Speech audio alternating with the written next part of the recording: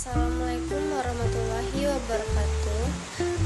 Perkenalkan, nama saya Fania Yosa Aurelia dengan NIM 2510522046. Di sini saya akan menjelaskan mengenai proses kepailitan.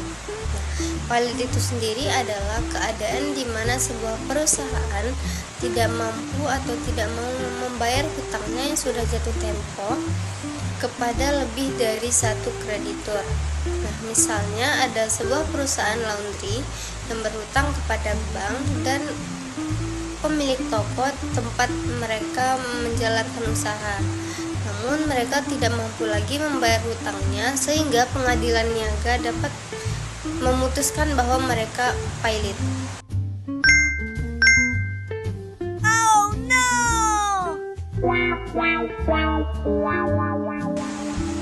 Nah, proses dari pailit itu sendiri, yang pertama pengajuan permohonan pailit.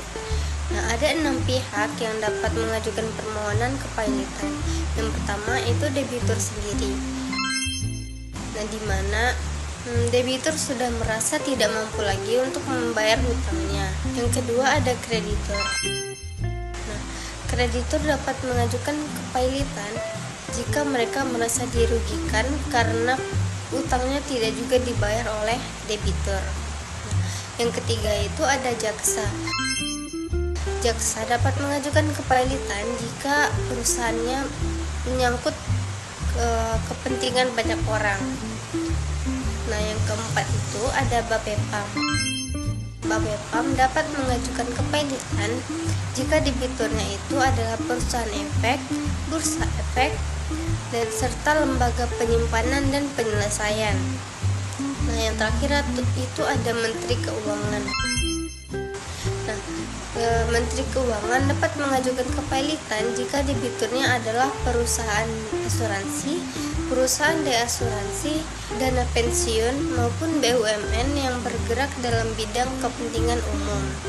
Setelah permohonan pailit diajukan, maka pengadilan niaga akan menjadwalkan sidang untuk memeriksa apakah utangnya itu benar-benar ada dan kepada siapa saja debitur itu berhutang, dan apakah debitur itu benar-benar tidak mampu melunasi hutangnya. Nah, proses ini biasanya harus selesai dalam 60 hari setelah permohonan diajukan. Yang ketiga itu, jika syaratnya sudah terbukti, maka pengadilan niaga dapat menyatakan bahwa perusahaan itu pailit. Lalu, hakim akan mengurus kurator untuk melakukan pemberesan dan pengurusan aset pailit.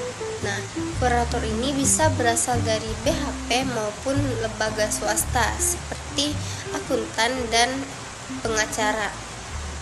Nah, prinsip dari kurator ini adalah cash is the king, di mana kurator harus segera menjual aset debitur agar dapat melunasi hutang debitur.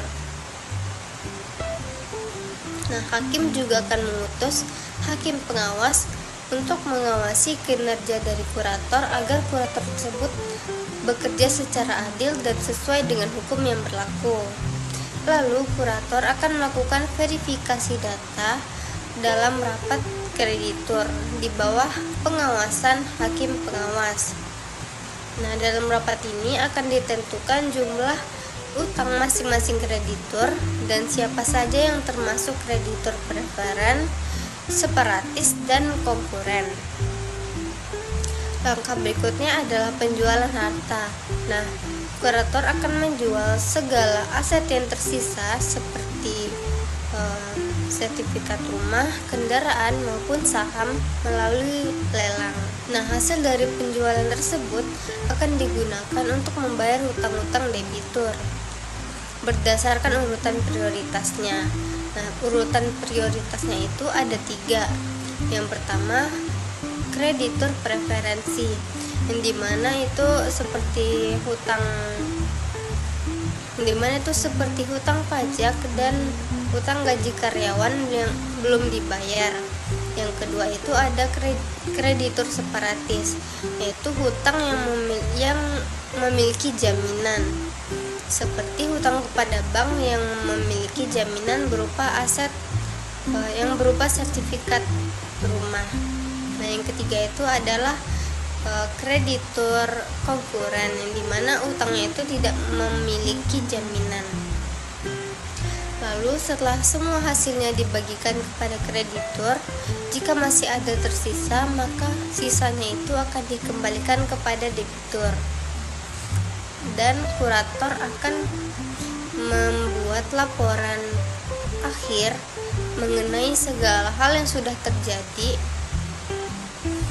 dan beberapa total penjualannya serta bagaimana pembagian kepada para kreditur. Nah, laporan ini pun akan diserahkan kepada hakim pengawas. Lalu pengadilan niaga akan memutuskan bahwa proses kepailitan sudah selesai. Sekian yang dapat saya sampaikan, lebih dan kurang mohon maaf. Assalamualaikum warahmatullahi wabarakatuh.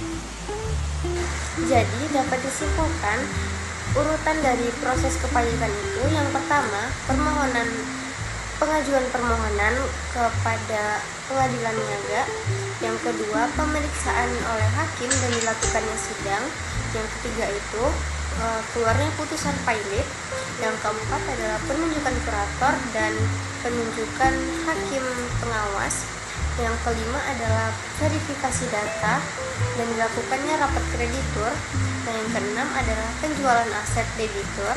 Lalu yang ketujuh adalah pembagian hasil penjualan aset tadi kepada para kreditur. Nah, yang terakhir itu adalah dibuatnya laporan akhir oleh kreditur, dan akhirnya kepailitan pun berakhir atau selesai.